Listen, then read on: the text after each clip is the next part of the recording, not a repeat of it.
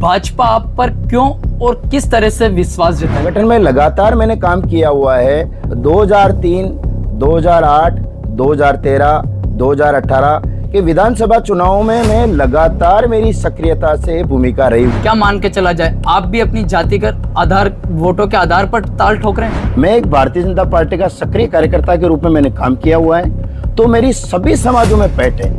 मैं 36 कौम के लोगों से जुड़ा हुआ हूँ। ये आदिवासी बाहुल्य क्षेत्र है, विकास के लिए इस जगह पे आपकी क्या एक कार्य योजना है? केंद्र सरकार के माध्यम से इस प्रकार की अनेक योजनाएं हैं जो एसटी एरिया का डेवलपमेंट कराने में काफी योजनाएं हैं। अगर आप चुनाव लड़ते हैं, पार्टी आप पर विश्वास जताती है, तो आपके क्या मुद्दे रहेंगे जिनके आधार पर जनता आपको वोट देगी? किसान का जो प्रोडक्ट यहाँ से होता है जिन्स का, वो जिनसे कहीं बाहर जाती है, तो मेरी नज़र में उन जिन्सों का यही कोई कच्चे माल से पक्का माल प्रोडक्ट करने के लिए लघु उद्योग यहाँ स्थापित होंगे, तो किसानों की जो उपज होगी उनका पैसा जो भी 1 रुपये मिल रहा और बाहर जाने पर खर्चा आता है वो खर्चा बंद हो जाएगा और यहाँ उसका उनको 1 रुपये से 100 रुपये मिलेगा।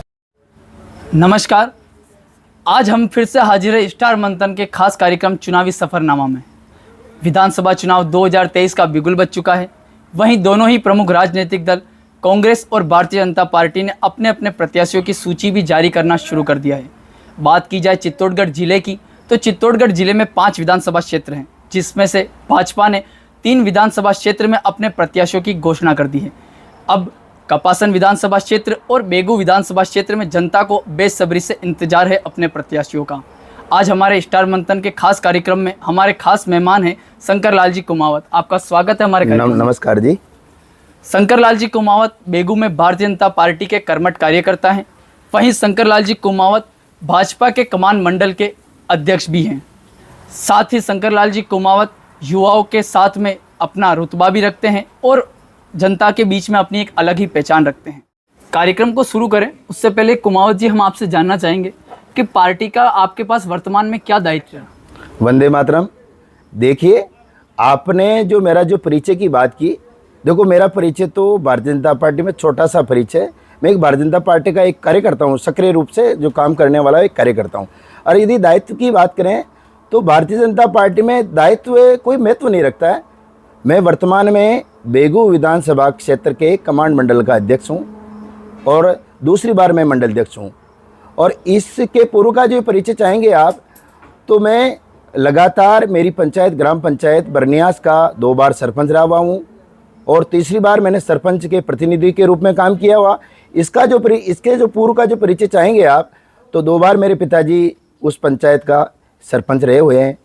और सरपंच के अलावा 2003 से मैं भारतीय जनता पार्टी में संगठन में लगातार कहीं न कहीं अनेक दायित्वों के रूप में मैंने काम किया हुआ। 2003 के पूर्व में भारतीय जनता पार्टी का इकाई का अध्यक्ष रहा हुआ हूँ। 2003 के बाद युवा मोर्चा की टीम में मैं बेगू ग्रामीण का मंडल अध्यक्ष रहा हुआ हूँ और मंडल अध्यक्ष के बाद में युवा मोर्चा की प्रदेश की टीम में मैं लगातार 3 टर्म तक युवा मोर्चा के प्रदेश कार्य समिति के सदस्य के रूप में मैंने काम किया। और समिति के सदस्य के रूप में लगातार मैंने अनेक जिलों में प्रभार के रूप में दायित्व दिया, उनको बेखूबी से मैंने निभाया। इसके साथ ही जब 2013 विधानसभा चुनाव के पूर्व युवाओं को जोड़ने का जो कार्यक्रम चला, जिसको अपन कह सकते हैं युवा सदस्यता अभियान, उस समय मेरे को चित्तौड़ जिले का जिला संयोजक का दायित्व दिया। मैंने बेखूबी से पूरे जिलों में घूम फिर के युवाओं को बेखूबी से जोड़ा। तो इस प्रकार मैंने लगातार सत्ता और संगठन दोनों में दायित्व के रूप में बेखूबी से पूर्ण निष्ठा और ईमानदारी के साथ मैंने भारतीय जनता पार्टी का काम किया हुआ है।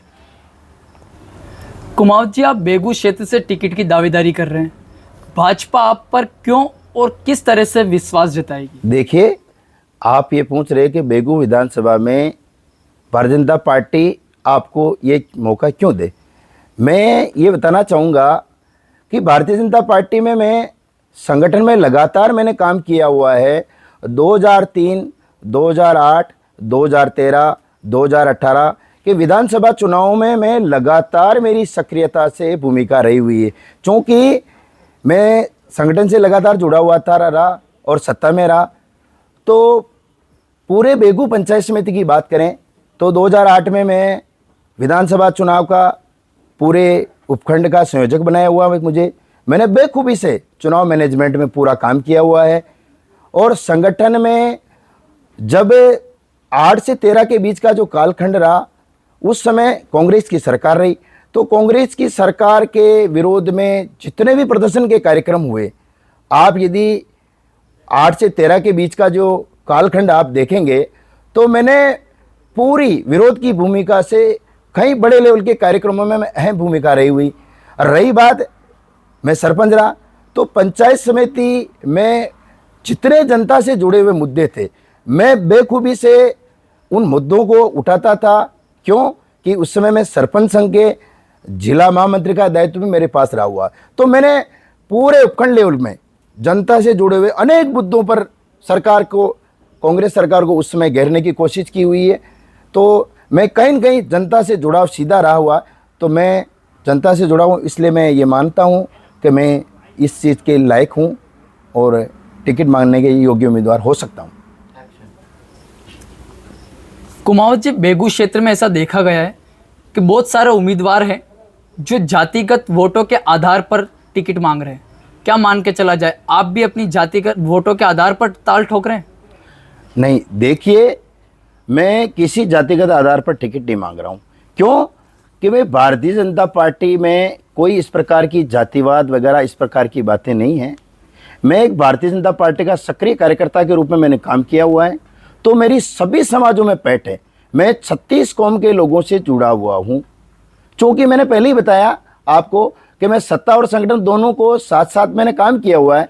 तो जनता से जुड़े हुए यदि मुद्दे मैं लगातार यदि मेरी उठाने की भूमिका जो अहम रही हुई है, तो मैं जातिगत आधार की बात क्यों करूँगा? चूँकि मैं सभी जातियों की बात करूँगा, सभी जाति से जुड़ा हुआ हूँ। अरे ठीक है, मैं ओबीसी को बिलोंग करता हूँ, लेकिन ओबीसी के साथ साथ मैं जनरल कास्ट की बात भी करता हूँ। तो मैं मानता हूँ अपने आप को कि मैं किसी जाति आधार पर ये टिकट मांग नहीं रहा हूँ, मैं एक कार्यकर्ता के रूप में टिकट मांग रहा हूँ। अगर आप चुनाव लड़ते हैं, पार्टी आप पर विश्वास जताती है, तो आपके क्या मुद्दे रहेंगे जिनके आधार पर जनता आपको वोट दें? देखिए, बेगू विधानसभा क्षेत्र बहुत लंबा एरिया है, 200 लगभग मेरी नज़र में 257 किलोमीटर की लंबाई में है। तो इतना लंबा एरिया है तो वातावरण वगैरह सारी चीज़ें चेंज हो जाती है। फिर भी बेगू विधानसभा क्षेत्र में मूलतः किसान वर्ग ज़्यादा रहता है। तो मैं खुद किसान हूँ, एक किसान का बेटा हूँ, गांव से रहता हूँ। तो मैं किसानों से जुड़ी हुई सारी समस्याओं को जानता हूँ कि किसान अपना जीवन यापन किस प्रकार करता है। तो मैं किसान से जुड़े हुए यदि मुद्दे सरकार के माध्यम से मैं उनको सोल्व कराऊंगा, तो लोगों में मेरा ये विश्वास रहेगा कि क्यों कि यदि मैं किसान का बेटा हूँ, किसान से जुड़ी समस्याओं को, सारी समस्याओं को जानता हूँ। जैसे आज किसान की बात करें तो किसान जब अपनी फसल पैदा करता है तो पैदा करते हुए काफ़ी विभिन्न प्रकार की आपदाओं से गुजरना पड़ता है। तो मैं बहुत सारी आपदाओं के बारे में जानता हूँ। तो सरकार के माध्यम से उन आपदाओं के बचने के लिए कहीं न कहीं उपाय होते होंगे, उनके बारे में मैं ऊपर सरकार के माध्यम से करवाऊँगा। साथ ही किसान का जो प्रोडक्ट यहाँ से होता है जिन्स का, वो जिन्सें कहीं बाहर जाती हैं। तो मेरी नज़र में उन जिन्सों का यही कोई कच्चे माल से पक्का माल प्रोडक्ट करने के यदि लघु उद्योग यहाँ स्थापित होंगे तो किसानों की जो उपज होगी, उनका पैसा जो भी 1 रुपये मिल रहा और बाहर जाने पर खर्चा आता है, वो खर्चा बंद हो जाएगा और यहाँ उनको 1 रुपये से 100 रुपये मिलेगा। तो किसान की आय बढ़ेगी। इस प्रकार किसानों को ये मिलेगी। और यदि मजदूर की बात करते हैं तो जहाँ मजदूर की बात करें अपन, तो आसपास में जो इंडस्ट्रियल एरिया है वहाँ कहीं न कहीं मजदूरों से जुड़े हुए मुद्दों में मैं मजदूरों के साथ रहकर उनको जितनी सुविधाएं मिल सके उन सुविधाओं के बारे में विचार करूंगा। इस प्रकार का मैं काम करूंगा। बीजेपी ने इस बार टिकट वितरण में कई पैमाने रखे हैं, जैसे कि जनता के बीच में लोकप्रिय चेहरा, संगठन से जुड़ाव, इन सब में क्या आप खरे उतरे हैं? जी बिल्कुल। क्यों कि मैं युवा चेहरा हूँ और युवाओं में मैंने लगातार काम किया हुआ है, तो कहीं न कहीं मैं उनसे जुड़ा हुआ हूँ।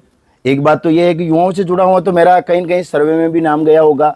साथ ही जब मैंने संगठन का जो इतना काम किया हुआ है, आदमी जब संगठन का काम करता है तो लगातार एरिया में प्रवास करना पड़ता। जब लगातार आदमी प्रवास करेगा तो लोगों से जुड़ेगा और लोगों से बीच और उनके बीच में जो मध्यस्थता रहेगी बातों की, तो इससे उनके बीच में आत्मीयता बढ़ेगी। तो इस प्रकार मेरी उन लोगों से बीच में आत्मीयता बढ़ी हुई है। तो इस आधार पे भी मैं कह रहा हूँ कि मेरा नाम कहीं न कहीं पार्टी के उस प्लेटफार्म में है। और इसके अलावा यदि संगठन की बात करें तो चित्तौड़ जिले में भारतीय जनता पार्टी संरचना के 34 मंडल आते हैं और 34 मंडल में से एक मंडल जिसका नाम मैं जिस दायित्व है उमूम में वो नाम है कमांड मंडल अध्यक्ष। तो कमांड मंडल में पूरे जिले में संगठन की जितने भी कार्यक्रम हुए, पूरे जिले में नंबर 1 कार्यक्रम हुए। यहाँ जब जिले की बैठक हुई, माननीय महामंत्री भजन लाल जी शर्मा जी यहाँ आए थे। उस समय यहाँ की पूरी टीम ने चर्चा की और उस चर्चा में ये निकल के बात आई कि कौन सा मंडल जो समय पर काम और व्यवस्थित किया, उसमें पूरे चित्तौड़ जिले में कमांड मंडल का नाम आया। उन्होंने मुझे सम्मानित भी किया। साथ ही में एक और बताना चाहूँगा आपको कि भारतीय जनता पार्टी केंद्रीय नेतृत्व और प्रदेश नेतृत्व के निर्देशानुसार संगठन में जो रचनाएं चली, मंडल अध्यक्ष और मंडल अध्यक्ष से नीचे बूथ और बूथ से नीचे बूथ समिति और बूथ समिति से नीचे पेज प्रमुख और पेज समिति, इस प्रकार की रचनाएं चली। तो मैं ये कह सकता हूं कि जब मंडल का कार्यक्रम अच्छे हुए, मंडल के कार्य विभाजन बढ़िया व्यवस्थित किया गया, बूथ समितियां व्यवस्थित बनी हुई मेरे यहाँ, और बूथ समिति के बाद जब पेज प्रमुख की बात आई तो प्रदेश नेतृत्व ने पेज प्रमुख का बनाने का आह्वान किया था लगभग 4 या 5 महीने पहले। तो उस समय मैंने पेज प्रमुख के साथ साथ पेज समिति बनाने का एक्सपेरिमेंट भी कर लिया था। और वो बात लाडनू में जो भारतीय जनता पार्टी की कार्य समिति रही, प्रदेश की कार्य समिति, लगभग 4 या 5 महीने पहले, तो वहाँ चित्तौड़ जिले के संगठन के माध्यम से ये बात रखी गई कि हमारे जिले में कमांड मंडल के द्वारा पेज समिति का निर्माण भी कर लिया गया है। तो ये पूरे राजस्थान में एक हमारे मंडल की तरफ से एक उदाहरण के रूप में ये जो पेश किया संगठन का जो काम है, तो मैं इस बात को मानता हूँ कि जब संगठन में इतना सक्रियता से काम किया गया तो संगठन कहीं न कहीं हमारे जैसे लोगों पर विचार करेगा, क्योंकि हमने संगठन की पूर्ण निष्ठा से काम किया हुआ है। इस आधार पर हम चाहते हैं कि भाई ये मौका हमें मिले। साथ ही भारतीय जनता पार्टी वो पार्टी है जो न तो जातिवाद न वंशवाद की बात करती है। भारतीय जनता पार्टी में बैनर लगाने वाला, पोस्टर चिपकाने वाला, दरी बिछाने वाला कार्यकर्ता भी कभी एमएलए और एमपी बन सकता है, क्योंकि भारतीय जनता पार्टी हमेशा कहीं न कहीं प्रयोग करती आई कि भारतीय जनता पार्टी गांव से निकला हुआ कार्यकर्ता यदि उस दायित्व पर जाएगा तो भारतीय जनता पार्टी को मजबूत करेगा। तो इस आधार पर भी मैं कह सकता हूं कि मैंने पोस्टर लगाने का काम किया है, दरी बिछाने का काम किया है, वहां से चालू करके मैंने मंडल तक पहुंचा हूं। और भाजपा में संगठन की यदि अहम कड़ी के रूप में माना जाए तो मंडल अध्यक्ष का दायित्व तो बहुत अहम होता है, जो बूथ से और केंद्र के नेतृत्व से बीच की जो मध्यस्थ कड़ी होती है वो मंडल अध्यक्ष की होती है। तो मैंने मंडल अध्यक्ष का बेखूबी से निर्वहन किया हुआ है। तो कहीं न कहीं पार्टी कार्यकर्ता के रूप में विचार करती है, तो मैं एक भारतीय जनता पार्टी का सक्रिय कार्यकर्ता हूं और जमीन से जुड़ा हुआ कार्यकर्ता हूं, एक गांव का रहने वाला कार्यकर्ता हूं, तो कहीं न कहीं मेरे बारे में विचार कर सकती है। बेगू के साथ में सुदूर रावत भाटा का नाम भी जुड़ा हुआ है। आपको पता है कि ये आदिवासी बाहुल्य क्षेत्र है। विकास के लिए इस जगह पे आपकी क्या एक कार्य योजना रहेगी? देखिए, रावत भाटा क्षेत्र वाकई में सुदूर भी है और बिल्कुल यूँ माना जाए तो एसटी एरिया है, तो वहाँ डेवलपमेंट जितना होना चाहिए उतना नहीं हुआ। चूँकि पिछले 5 वर्ष जो पिछले 5 साल का जो कार्यकाल रहा वो कांग्रेस का रहा हुआ है, और मेरा मानना ये है कि आने वाला समय भारतीय जनता पार्टी का होगा, और भारतीय जनता पार्टी का होगा तो केंद्र में भारतीय जनता पार्टी की सरकार होगी, यहाँ भी भारतीय जनता पार्टी की सरकार होगी। तो केंद्र सरकार के माध्यम से इस प्रकार की अनेक योजनाएं हैं जो एसटी एरिया का डेवलपमेंट कराने में काफ़ी योजनाएं हैं। जिस प्रकार जैसा देखा जाए तो टीएसपी ले लो आप, तो मैं चाहूँगा या मेरे कोई भी सहयोगी और चाहेंगे कि यहाँ जो राउतपाटा एरिया है वो शेड्यूल ट्राइब ज़्यादा बिलोंग करते हैं, तो उनका डेवलपमेंट होना बहुत ज़रूरी है। तो उनके लिए टीएसपी के अलावा केंद्र सरकार की अनेक योजनाओं के माध्यम से ऐसी कई योजनाएं करवाएंगे, उनके माध्यम से वो एरिया डेवलपमेंट हो सके और वहाँ के लोगों को राहत मिल सके। इसके अलावा राउतपाटा क्षेत्र में लगभग मेरे अंदाज से 70-75 गांव ऐसे हैं जो धारा 20 के अंदर आते हैं। ये धारा 20 एक ऐसी धारा है जिसके माध्यम से देश आज़ाद होने के बाद अब तक ये मुद्दा नहीं जाने क्यों नहीं उठ पाया। यदि उठ पाया तो इस पर विचार नहीं हुआ होगा। तो मेरा मानना है जो आने वाली जो भारतीय जनता पार्टी की गवर्नमेंट होगी उसमें ये चीज़ रखी जाएगी कि धारा 20 के माध्यम से वहाँ के लोगों का जो डेवलपमेंट में जो कमी आ रही है, चूँकि जैसे वहाँ की ज़मीन है, ज़मीन तो उन लोगों के पास में है लेकिन वो उसको यूज कर सकते हैं, उसको बेचान नहीं कर सकते हैं, उस पर लोनिंग नहीं ले सकते हैं। हाँ ठीक है, मैं मानता हूँ कि वहाँ के लोग बेचना नहीं चाहिए, वो बात में मैं सहमत हूँ, लेकिन वहाँ का जो डेवलपमेंट करना, उनका जो परिवार की व्यवस्थाओं चलाने के लिए कहीं न कहीं बैंक की लोन की ज़रूरत पड़ती। तो हम सरकार से ये निवेदन करेंगे, उन पर इस चीज़ को रखेंगे कि धारा 20 में ऐसा प्रावधान किया जाए कम से कम, तो वहाँ के लोगों को लोन मिलना चालू हो जाए। जो जैसे केसीसी, यदि केसीसी मिलेगी तो वहाँ लोगों को केसीसी के माध्यम से अनेक प्रकार की छूट का प्रावधान है, तो वो छूट भी उन लोगों को मिलना चालू हो जाएगी। तो इस प्रकार वहाँ शेड्यूल ट्राइब एरिया में विकास की एक नई गंगा बहेंगे। हर युवा वर्ग का एक सपना होता है कि उन्हें स्थानीय इंडस्ट्रीज में नौकरी मिले। अगर पार्टी आप पर विश्वास जताती है, आपको टिकट मिलता है, तो क्या युवा वर्ग का ये सपना आप पूरा कर पाएंगे? देखिए, बिल्कुल युवाओं का जो सपना है, मैं स्वयं युवा हूँ और युवाओं की सारी समस्याएं मैं जानता हूँ, तो युवाओं को रोजगार उपलब्ध कराने के लिए बिल्कुल मैं अहम कदम उठाएंगे। इस सरकार जो भारतीय जनता पार्टी की प्रदेश में सरकार बनेगी और केंद्र में बीजेपी सरकार बनेगी तो डबल इंजन की सरकार हो जाएगी। और डबल इंजन की सरकार बनने के बाद में डेवलपमेंट के काफ़ी रास्ते खुलेंगे। अभी जो वर्तमान में जो कांग्रेस सरकार है और वर्तमान में कांग्रेस सरकार के जो बेगू के विधायक है, उनके बारे काफ़ी चर्चाएं चल रही, चर्चे आप सुनते ही होंगे, जो गुंडागर्दी, भ्रष्टाचार ने अनेक बातों में मतलब बहुत ज़ोरदार नाम चलता है उनका। तो कोई भी इंडस्ट्रीज बाहर से जो आना चाह रहा होगा वो नहीं आया। क्यों? कि उनको लगता है कि कहीं हम वहाँ यदि हम इंडस्ट्रीज लगाएंगे और पैसा इन्वेस्टमेंट करेंगे लेकिन उन्हें परेशान किया जाएगा। तो भारतीय जनता पार्टी सरकार आने के बाद में जो भय और जो भ्रष्टाचार है, भय और भ्रष्टाचार से मुक्त सरकार बनेगी, भय और भ्रष्टाचार से मुक्त बेगू बनेगा। तो जो बाहर वाले जो इंडस्ट्रीज लगाना चाहेंगे वो यहाँ इंडस्ट्रीज लगाएंगे, उनके द्वार खुले रहेंगे। और यदि द्वार खुलेंगे और इंडस्ट्रीज लगेंगे तो स्वतः यहाँ के युवाओं को रोज़गार मिलेगा। और हमारी सरकार बनने के बाद में हमारा मतलब महत्वपूर्ण ये रहेगा कि स्थानीय लोगों को ज़्यादा से ज़्यादा रोज़गार मिले, चाहे वो किसी भी प्रकार के इंजीनियर हो या अन्य वर्ग के हो, मजदूर वर्ग के हो, किसी प्रकार की जो जितने भी डिप्लोमाधारी होंगे, हम कोशिश ये करेंगे कि बेगू विधानसभा को पैराइटी मिले। और इसके साथ साथ ही जो पुरानी इंडस्ट्रीज हैं उनमें भी हम चाहेंगे कि यहाँ के युवाओं को ज़्यादा से ज़्यादा रोज़गार मिले। तो इस प्रकार की योजनाओं के माध्यम से सरकार के सामने बात रखेंगे। और जब डबल इंजन की सरकार रहेगी तो लोगों को ये अवसर मिलेगा और युवाओं को बेखूबी से रोज़गार मिलने का अवसर प्रदान होगा। हम इस प्रकार चाहेंगे। इसके साथ ही जैसे अभी पुराने इंडस्ट्रीज है, RAPP और NACL या जिंक, आजुला खड़ा रिको, तो हम लोग सरकार में ये चाहेंगे कि सरकार में ये मुद्दा प्रमुखता से रखेंगे कि इस प्रकार का कानून बने कि स्थानीय लोगों को प्राथमिकता मिले। यदि सरकार के सामने यदि बात ये रखी जाएगी तो मेरा मानना है सरकार इसमें पूरा अहम कदम उठाएगी और स्थानीय लोगों को रोज़गार उपलब्ध कराने के लिए उनकी भूमिका अच्छी रहेगी। बीजेपी में विरोध के स्वर हर जगह पर बुलंद है। बेगू में भाजपा के दावेदारों की संख्या भी कोई कम नहीं है।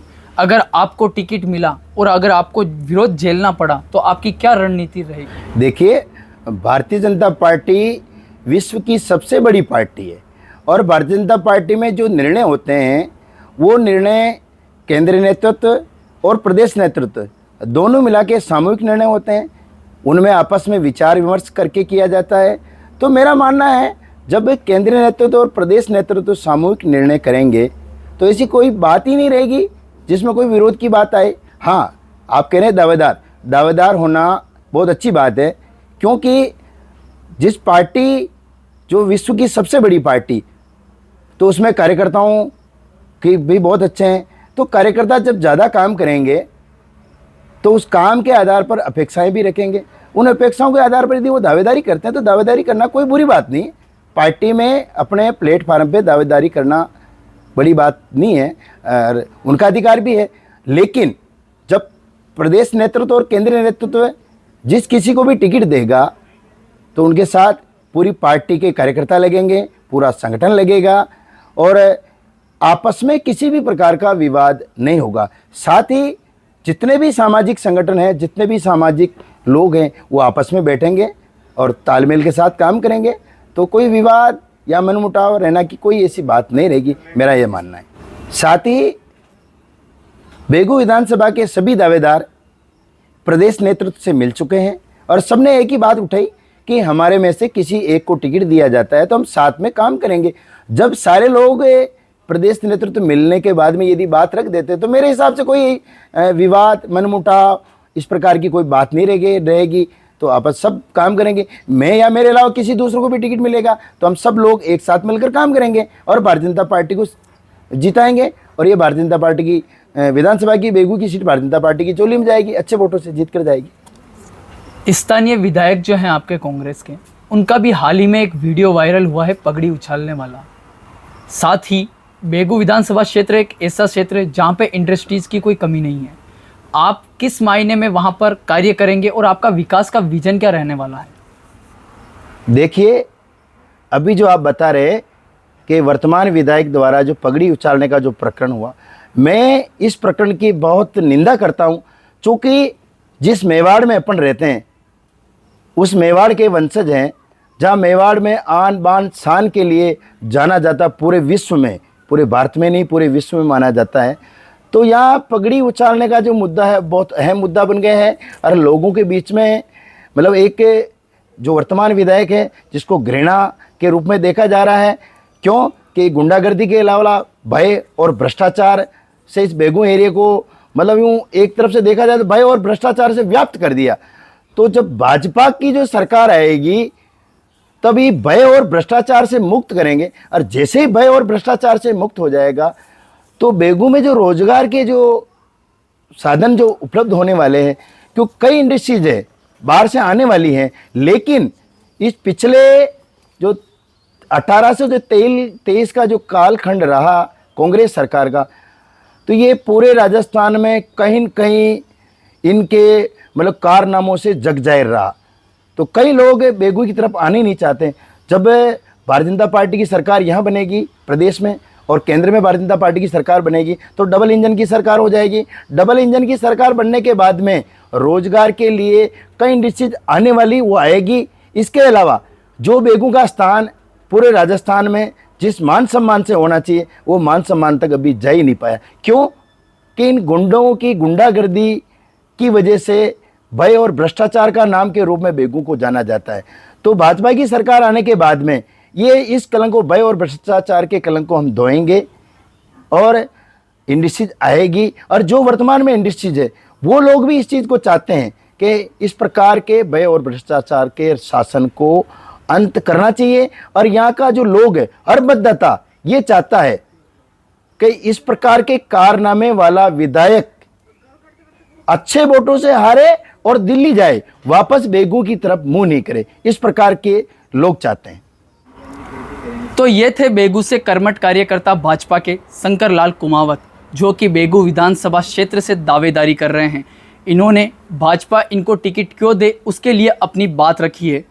इसके साथ ही स्टार मंथन का कार्यक्रम आज के लिए यहीं पर समाप्त होता है। हम फिर से आपके साथ मिलेंगे अगले नए मेहमान के साथ। तब तक के लिए हमारी टीम को दीजिए इजाज़त। नमस्कार।